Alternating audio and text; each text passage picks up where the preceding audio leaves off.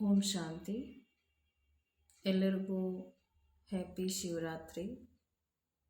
ಮತ್ತೊಮ್ಮೆ ಶಿವರಾತ್ರಿ ಹಬ್ಬದ ಶುಭಾಶಯಗಳು.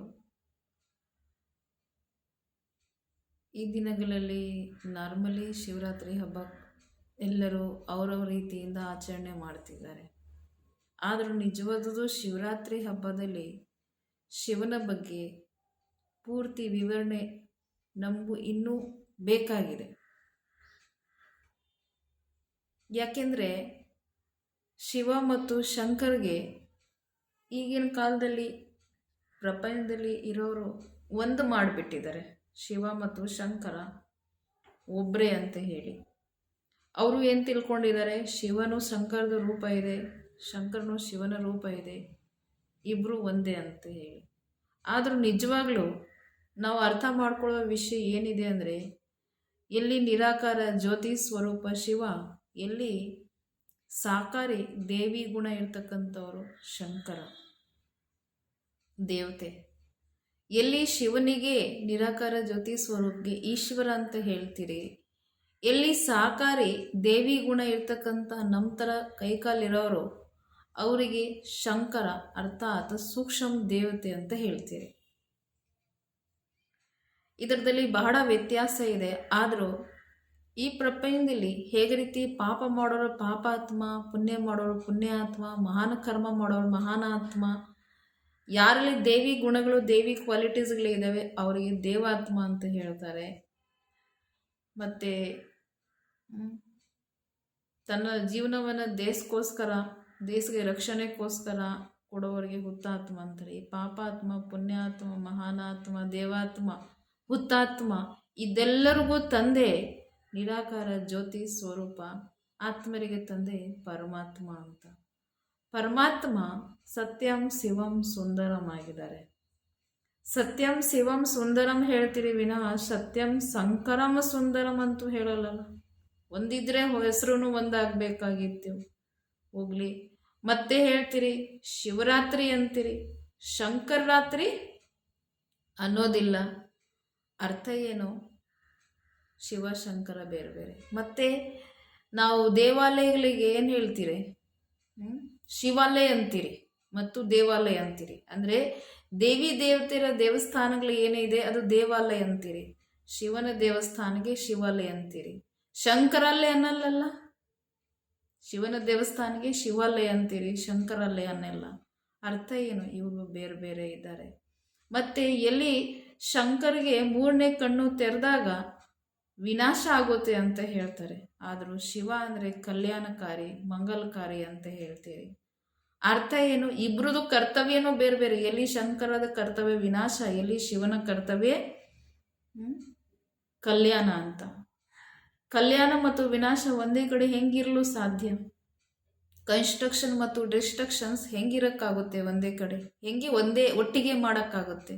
ಎಲ್ಲನ ಒಂದು ಕನ್ಸ್ಟ್ರಕ್ಷನ್ ಮಾಡ್ಬೋದು, ಇಲ್ಲಾಂದ್ರೆ ಡಿಸ್ಟ್ರಕ್ಷನ್ ಮಾಡ್ಬೋದು, ಎಲ್ಲನ ಸ್ಥಾಪನೆ ಮಾಡ್ಬೋದು, ಕಲ್ಯಾಣ ಮಾಡ್ಬೋದು, ಇಲ್ಲಾಂದರೆ ವಿನಾಶ ಮಾಡ್ಬೋದು. ಇದರದ ಅರ್ಥ ಏನು? ಇಬ್ಬರು ಬೇರೆ ಬೇರೆ ಆಗಿದ್ದಾರೆ.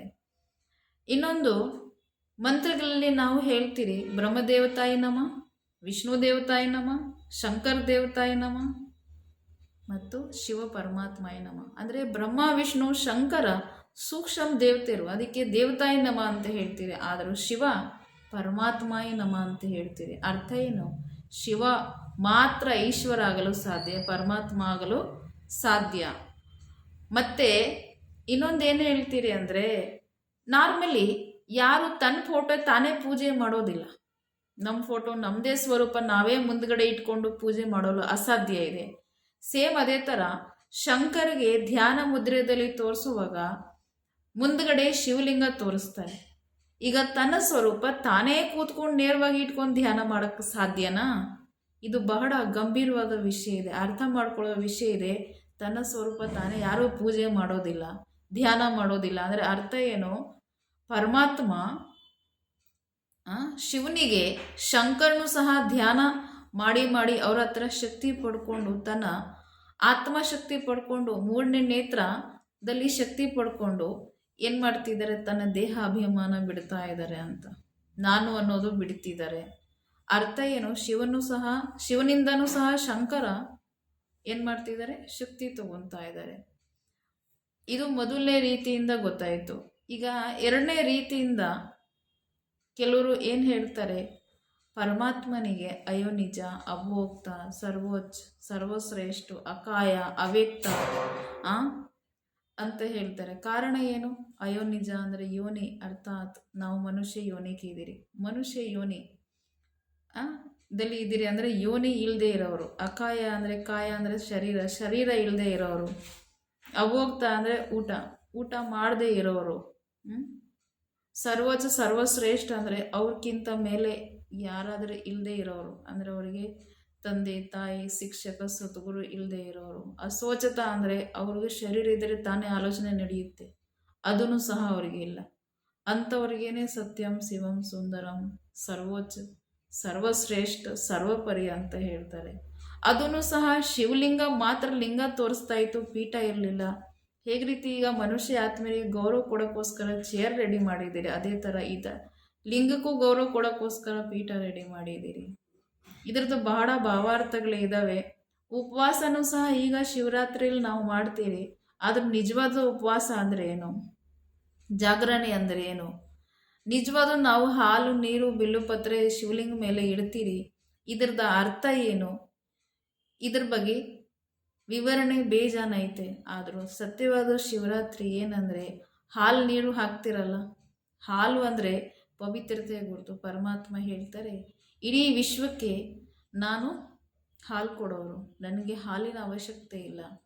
ನಿಮ್ಮ ಆತ್ಮ ಹಾಲು ಥರ ಶುದ್ಧ ಪವಿತ್ರ ಆಗಿಬಿಟ್ರೆ ಆಗ ನಾನು ಖುಷಿ ಆಗೋದು. ಮತ್ತೆ ಪರಮಾತ್ಮ ಹೇಳ್ತಾರೆ, ನೀರು ಹಾಕ್ತೀರಾ, ಇಡೀ ವಿಶ್ವಕ್ಕೆ ನೀರು ಕೊಡೋರು. ನನ್ನ ಮೇಲೆ ನೀರನ್ನು ನೀವು ಹಾಕಿದರೆ ನಾನು ಖುಷಿ ಆಗ್ತೇನೆ ಅಂತ ಅಲ್ಲ, ನಿಮ್ಮ ನೀರು ಥರ ಗುಣ ನಿಮ್ಮಲ್ಲಿ ಬಂದುಬಿಟ್ರೆ, ನಿಮ್ಮ ಆತ್ಮ ನೀರು ಥರ ಶೀತಲವಾಗಿಬಿಟ್ರೆ ಆಗಲೇ ನಾನು ಖುಷಿ ಆಗೋದು. ಮತ್ತು ಬಿಲುಪತ್ರೆ ಹಾಕ್ತೀರಿ, ಬಿಲುಪತ್ರೆ 3 ಎಲೆದ ಸಂಕೇತ. ಪರಮಾತ್ಮ ಈ ಧರೆಗೆ ಒಂದು ಸಾಧಾರಣತನ ಮೂಲಕ ಬಂದು 3 ಮಾತು ವಿಶೇಷವಾಗಿ ಹೇಳಿರೋದು, ನಿರಾಕಾರಿ, ನಿರ್ವಿಕಾರಿ, ಅಹಂಕಾರಿ. ಅಂದರೆ ನೀವು ನಿರಾಕಾರಿಯಾಗಿದ್ದೀರಿ, ನಿಮ್ಮ ಮಾತಲ್ಲಿ ನಿಮ್ಮ ಕರ್ಮದಲ್ಲಿ ಏನಿರಬೇಕು, ನಿಮ್ಮ ಮಾತಲ್ಲಿ ನಿರ್ವಿಕಾರಿತನ ಇರಬೇಕು, ನಿಮ್ಮ ಕರ್ಮದಲ್ಲಿ ನಿರಹಂಕಾರಿತನ ಇರಬೇಕು. ಆಗಲೇ ನೀವು ಬಿಲ್ಲುಪತ್ರೆ ಶಿವಲಿಂಗ ಮೇಲೆ ಹಾಕಿದ್ದೀರಿ ಅಂತ ಅರ್ಥ. ಮತ್ತು ಉಪವಾಸ ಜಾಗರಣೆ ಬಗ್ಗೆ ವಿಶೇಷವಾಗಿ ಹೇಳಿದ್ರೆ, ಈಗಿನ ಕಾಲದಲ್ಲಿ ಬಡವರಿಗೆ ಕೆಲವರಿಗೆ ವಾರ ಗಟ್ಲೆನೂ ಊಟ ಸಿಕ್ಕಲ್ಲ, 3 ದಿನ ಊಟ ಸಿಕ್ಕಲ್ಲ. ನಿಜವಾದ ಉಪವಾಸದ ಅರ್ಥ ಊಟ ತಿಂಡಿ ಬಿಡೋದು ಇದ್ದಿದ್ರೆ ಆ ಬಡವರಿಗೆ ಫಸ್ಟು ಪರಮಾತ್ಮನ ಉಪವಾಸದ ಫಲ ಸಿಗಬೇಕಾಗಿತ್ತು. ಪರಮಾತ್ಮದ ಉಪವಾಸ, ಪರಮಾತ್ಮ ಹೆಸರಿಗೋಸ್ಕರ ಉಪವಾಸ ಅಂತ. ಮತ್ತು ಎರಡನೇದಾಗಿ ಅವರು ಉಪವಾಸ ಅಂದರೆ ಊಟ ತಿಂಡಿ ಬಿಡೋದು, ಮತ್ತು ಜಾಗರಣೆ ಅಂದರೆ ನಿದ್ದೆ ಕೆಡೋದು. ಈಗ ಕೆಲವರು ಅಂತೂ ನೈಟ್ ಶಿಫ್ಟು ತಿಂಗ್ಳುಗಟ್ಟಲೆ ಮಾಡ್ತಾರೆ, ಅವ್ರ ಜೀವನದಲ್ಲಿ ಬೆಳಕೆ ಅಂದರೆ ಗೊತ್ತಿಲ್ಲ, ಬೆಳಕಲ್ಲಿ ನಿದ್ದೆ ಮಾಡೋದು, ಕತ್ಲಲ್ಲಿ ಕೆಲಸ ಮಾಡೋದು. ಹಾಗಾದರೆ ಜಾಗರಣೆ ಅದೂ ಸಹ ಆಯ್ತಲ್ಲ, ಅಟ್ಲೀಸ್ಟ್ ಅವ್ರು ಬ್ಯುಸಿಯಾಗಿರ್ತಾರಲ್ಲ ಕೆಲಸದಲ್ಲಿ, ಅದು ನಿಜವಾದದ್ದು ಜಾಗರಣೆ ಅಂತ ನಿಮ್ಮ ಲೆಕ್ಕದಲ್ಲಿ. ಆದರೂ ಅವರಿಗೆ ಜಾಗರಣೆದು ಪುಣ್ಯ ಅಂತೂ ಸಿಕ್ಕಿಲ್ಲಲ್ಲ. ಕಾರಣ ಏನಂದರೆ, ನಿಜವಾದದ್ದು ಜಾಗರಣೆ ಅಂದರೆ ಪರಮಾತ್ಮನ ನಮಗೆ ಏನು ಶಕ್ತಿ ಕೊಟ್ಟಿದಾರಲ್ಲ ಅದು ನಮ್ಮ ಜೀವನದಲ್ಲಿ ಬರೋದು, ಮತ್ತು ಅವಗುಣಗಳನ್ನು ವಾಪಸ್ ಬಿಟ್ಟು ನಮ್ಮ ಹತ್ರ ಬರದೇ ಇರೋದು, ಅದು ಜಾಗರಣೆ. ಹೇಗೆ ರೀತಿ ಉಪವಾಸದ ಅರ್ಥ ಹೇಳಿದರೆ ಊಟ ತಿಂಡಿ ಬಿಡೋದು ಉಪವಾಸ ಅಲ್ಲ, ಆದರೂ ಉಪವಾಸ ಅಂದರೆ ಉಪ್ಪು ಪ್ಲಸ್ ವಾಸ. ಉಪವಾಸ ಅಂದರೆ ಉಪ್ಪು ಅಂದರೆ ಮೇಲೆ, ವಾಸ ಮಾಡೋದು ಅಂದರೆ ಇರೋದು. ಮೇಲ್ಗಡೆ ಇರ್ತಕ್ಕಂಥ ಪರಮಾತ್ಮ ಪರಮಲೋಕದಲ್ಲಿ, ಆತ್ಮಲೋಕದಲ್ಲಿ ಇದರ ಬಗ್ಗೆ ಬೇಜಾನ್ ವಿವರಣೆ ಇದೆ. ಆತ್ಮಲೋಕ, ಪರಲೋಕ, ಇನ್ನೊಂದು ಸತಿ ಇದ್ರ ಬಗ್ಗೆ ಹೇಳ್ತೀವಿ. ಆದರೂ ಆತ್ಮಲೋಕ ಮೇಲ್ಗಡೆ ಇರ್ತಕ್ಕಂಥ ಪರಮಾತ್ಮನ ಹತ್ರ ತನ್ನ ಮನಸ್ಸು ಬುದ್ಧಿಗೆ ಇರೋದೇ ಉಪವಾಸ ಅಂತ ಹೇಳ್ತಾರೆ. ಮತ್ತು ಯಾವಾಗ ಪರಮಾತ್ಮನ ಹತ್ರ ನಮ್ಮ ಮನಸ್ಸು ಬುದ್ಧಿಗೆ ಇಡ್ತೀರಿ, ಆಗ ನಮ್ಮ ಆತ್ಮ ಗಟ್ಟಿ ಆಗ್ತಾ ಹೋಗುತ್ತೆ, ಶಕ್ತಿಶಾಲಿ ಆಗ್ತಾ ಹೋಗುತ್ತೆ. ಆಗ ನಮ್ಮಲ್ಲಿ ಇರ್ತಕ್ಕಂಥ ಬಲಹೀನತೆಗಳು, ಕೋಪ, ಲೋಭ, ಮೋಹ, ಅಹಂಕಾರ, ಈರ್ಷ್ಯೆ, ದ್ವೇಷ, ಕಾಮ, ಇದೆಲ್ಲ ನಮ್ಮಲ್ಲಿ ಇರ್ತಕ್ಕಂಥ ಇದು ವೀಕ್ನೆಸ್ಸು. ಯಾವಾಗ ನನ್ನ ಆತ್ಮ ಶಕ್ತಿಶಾಲಿ ಆಗುತ್ತೆ, ಆಗ ನಮ್ಮಲ್ಲಿ ಇರೋ ಈ ವೀಕ್ನೆಸ್ಗಳು ಆಟೋಮೆಟಿಕ್ಲಿ ಹೊರಟೋಗುತ್ತೆ. ಹೇಗೆ ರೀತಿ ಒಬ್ಬ ಪೇಷಂಟ್ ಡಾಕ್ಟ್ರ್ ಹೋದಾಗ ವೀಕ್ನೆಸ್ ಬಿಡುವಷ್ಟು ಅವಶ್ಯಕತೆ ಇರೋದಿಲ್ಲ, ಗಟ್ಟಿ ಆಗೋದು ಅವಶ್ಯಕತೆ ಇರುತ್ತೆ, ಮಾತ್ರೆ ಊಟ ತಿಂಡಿ ತಿಂದು. ಸೇಮ್ ಅದೇ ಥರ ನಾವು ಪರಮಾತ್ಮನ ಶಕ್ತಿ ತಗೊಳ್ಳುವಾಗ ನನ್ನ ಆತ್ಮ ಒಳಗಡೆಯಿಂದ ಸ್ಟ್ರಾಂಗ್ ಆಗ್ತೀವಿ. ಆಗ ನಮ್ಮಲ್ಲಿ ಇರ್ತಕ್ಕಂಥ ಅವಗುಣಗಳು ಆಟೋಮೆಟಿಕ್ಲಿ ಬಿಡ್ತೀವಿ. ಮತ್ತು ನಾವು ಅವಗುಣಗಳು ಬಿಟ್ಟ ಮೇಲೆ ನಮ್ಮ ಹಳೆಯ ಸಂಸ್ಕಾರಗಳು ವಾಪಸ್ ಹೋಗ್ತಾ ಇರುತ್ತೆ. ಆಗ ಬಿಟ್ಟ ಮೇಲೆ ನಾವು ಜಾಗೃತವಾಗಿರೋದೂ ಸಹ ಅಷ್ಟೇ ಮುಖ್ಯ ಇದೆ. ಯಾಕೆಂದರೆ ಆ ಅವಗುಣಗಳು ವಾಪಸ್ನೂ ಸಹ ಬರೋದು ಚಾನ್ಸಸ್ ಇರುತ್ತೆ. ಆ ಅವಗುಣಗಳು ವಾಪಸ್ ಬರ್ದಿರ ಇರಲಿ, ಅದರ ಬಗ್ಗೆ ಜಾಗೃತವಾಗಿರೋದೇ ಜಾಗರಣೆ ಅಂತ ಹೇಳ್ತಾರೆ. ಇದು ಉಪವಾಸ ಜಾಗರಣೆದ ಅರ್ಥ ಆಗಿದೆ. ಇನ್ನೊಂದು, ಇಡೀ ಪ್ರಪಂಚದಲ್ಲಿ ಮನುಷ್ಯ ಆತ್ಮೀಯರೇ ಇರಲಿ, ಅವರಿಗೆ ನಾವು ಬರ್ತ್ಡೇ ಆಚರಣೆ ಮಾಡ್ತೀವಿ, ಅಂದರೆ ಜನ್ಮದಿನ ಆಚರಣೆ ಮಾಡ್ತೀವಿ, ದಿವಸ ಆಚರಣೆ ಮಾಡ್ತೀವಿ. ಆದರೂ ಪರಮಾತ್ಮನಿಗೆ ರಾತ್ರಿ ಅಂದರೆ, ಈಗಿನ ಕಾಲದಲ್ಲಿ ರಾತ್ರಿ ಹೊತ್ತು ನಡೀತಾ ಇರೋ ಘಟನೆಗಳು ಹಗಲು ಹೊತ್ತೇ ನಡೀತಾ ಇದೆ. ಪಾಪಾಚಾರ, ಅತ್ಯಾಚಾರ, ಭ್ರಷ್ಟಾಚಾರ, ಹಿಂಸಾಚಾರ, ಕಾಮಾಚಾರ, ಇದೆಲ್ಲ ರಾತ್ರಿ ಹೊತ್ತಿಗೆ ಬೇಕಾಗಿಲ್ಲ, ಹಗಲು ಹೊತ್ತೇನೆ. ಮಾನ ಮರ್ಯಾದೆನೇ ಇಲ್ಲ ಅಂತ ಕಲಿಯುಗ ಆಗಿದೆ. ಈ ಕಲಿಯುಗ ರೂಪಿ ಕತ್ಲಲ್ಲಿ ಪರಮಾತ್ಮ, ಅಂಥ ರಾತ್ರಿಯಲ್ಲಿ ಪರಮಾತ್ಮ ಈ ಧರೆಗೆ ಬಂದಿದ್ದಾರೆ. ಒಂದು ದಿನ ಶಿವರಾತ್ರಿ ಅಲ್ಲ, ದಿನಾನೇ ಈ ಕತ್ಲ ನಡೀತಾ ಇದೆ. ದಿನಾನೇ ನಾವು ಶಿವರಾತ್ರಿ ಆಚರಣೆ ಮಾಡಬೇಕಾಗಿದೆ. ಹಾಗಾದರೆ ದಿನ ನಾವು ಪರಮಾತ್ಮ ನೆನೆಯೋದು, ನನ್ನ ಆತ್ಮಗೆ ಪರಮಾತ್ಮ ಜೊತೆಯಲ್ಲಿ ಕನೆಕ್ಷನ್ ಇಟ್ಕೊಳ್ಳೋದು, ಮತ್ತು ದಿನ ನಾವು ಪರಮಾತ್ಮನಿಗೆ ನೆನೀತಾ ಇದ್ದರೆ, ಕನೆಕ್ಷನ್ ಇಟ್ಕೊಂಡ್ರೆ ರಾಜಯೋಗ ಮೆಡಿಟೇಷನ್ ಇದೇನೇ ಹೇಳ್ತಾರೆ. ಆಗ ನಮ್ಮಲ್ಲಿ ಇರ್ತಕ್ಕಂಥ ಆಸುರ ಗುಣ ಏನಿದೆ ಅದು ನಾಶ ಮಾಡೋದಲ್ಲ, ಪರಮಾತ್ಮ ನೆನಪು ಮಾಡೋದ್ರಿಂದ ನನ್ನ ಆತ್ಮ ಗಟ್ಟಿ ಆಗೋದು. ಆಗ ಆಟೋಮೆಟಿಕ್ಲಿ ನಮ್ಮಲ್ಲಿ ಇರ್ತಕ್ಕಂಥ ಇದು ಕೆಳಗಡೆ ನೋಡ್ತಾ ಇದ್ರಲ್ಲ, ಈ ದುರ್ಗುಣಗಳು, ಅಸುರ ಗುಣಗಳು ಆಟೋಮೆಟಿಕ್ಲಿ ನಮ್ಮಲ್ಲೇ ಇದೆ ಸೂಕ್ಷ್ಮ ರೂಪದಲ್ಲಿ. ಯಾವಾಗ ಕೋಪ ಬರುವಾಗ, ಆವೇಶ ಬರುವಾಗ ಇಂಥ ಮುಖಗಳು ನಮಗೂ ಇರುತ್ತೆ. ಪರಮಾತ್ಮನ ಶಕ್ತಿ ತಗೊಳ್ಳುವಾಗ ಇದೆಲ್ಲ ನಮ್ಮಿಂದ ಎಷ್ಟೋ ದೂರ ಹೊರಟೋಗಿರುತ್ತೆ. ನಮ್ಮ ಜೀವನದಲ್ಲಿ ಅದು ಇಲ್ಲವೇ ಇಲ್ಲ ಅಂತ ನಿಮಗೆ ಫೀಲ್ ಆಗುತ್ತೆ. ನಿಮ್ಮ ಸಂಸ್ಕಾರ, ನಿಮ್ಮ ವ್ಯವಹಾರ ನೋಡಿ ಜನನೇ ಹೇಳೋಕ್ಕೆ ಸ್ಟಾರ್ಟ್ ಮಾಡ್ತಾರೆ, ಮುಂಚೆ ನೀವು ಹೇಗಿದ್ದೀರಾ, ಈಗ ಹೇಗಿದ್ದೀರಿ ಆ ಥರ ನಿಮಗೆ ಜನ ಏನು ಮಾಡ್ತಾರೆ, ಕ್ಲಿಯರಿಟಿ ಮಾಡ್ತಾರೆ. ನಿಮ್ಮ ಪರಿವರ್ತನೆ ನಿಮಗೆ ಕಾಣಿಸುತ್ತೆ, ಬೇರೆಯವ್ರಿಗೆ ಕಾಣಿಸುತ್ತೆ. ಆ ಥರ ನೀವು ಶಕ್ತಿಶಾಲಿ ಒಳಗಡೆಯಿಂದ ಆಗ್ತೀರ. ಇದೇನೇ ನಿಜವಾದದ್ದು ಶಿವರಾತ್ರಿದ ಅರ್ಥ ಆಗಿದೆ. ಇನ್ನೂ ಹೆಚ್ಚಾಗಿ ವಿವರಣೆ ಇದೆ, ಏಕೆಂದರೆ ಮುಕ್ತಿ ಲೋಕ, ಪರಲೋಕ, ಆತ್ಮಲೋಕ ಬಗ್ಗೆ ನಾವು ಹೇಳಲಿಲ್ಲ. ಏಕೆಂದರೆ ಅಲ್ಲಿ ಪರಮಾತ್ಮ ಜೊತೆಯಲ್ಲಿ ನಾವು ಮನಸ್ಸು ಬುದ್ಧಿ ಇಟ್ಕೊಳ್ಬೇಕಾಗಿರೋದಲ್ವಾ. ನೆಕ್ಸ್ಟ್ ಎಪಿಸೋಡಲ್ಲಿ ಅದನ್ನು ಸಹ ತಿಳಿಸ್ತೀರಿ, ಪರಮಾತ್ಮ ಜೊತೆಯಲ್ಲಿ ನಾವು ಬುದ್ಧಿಯೋಗ ಹೇಗೆ ಇಟ್ಕೊಳ್ಳೋದು ಅಂತ.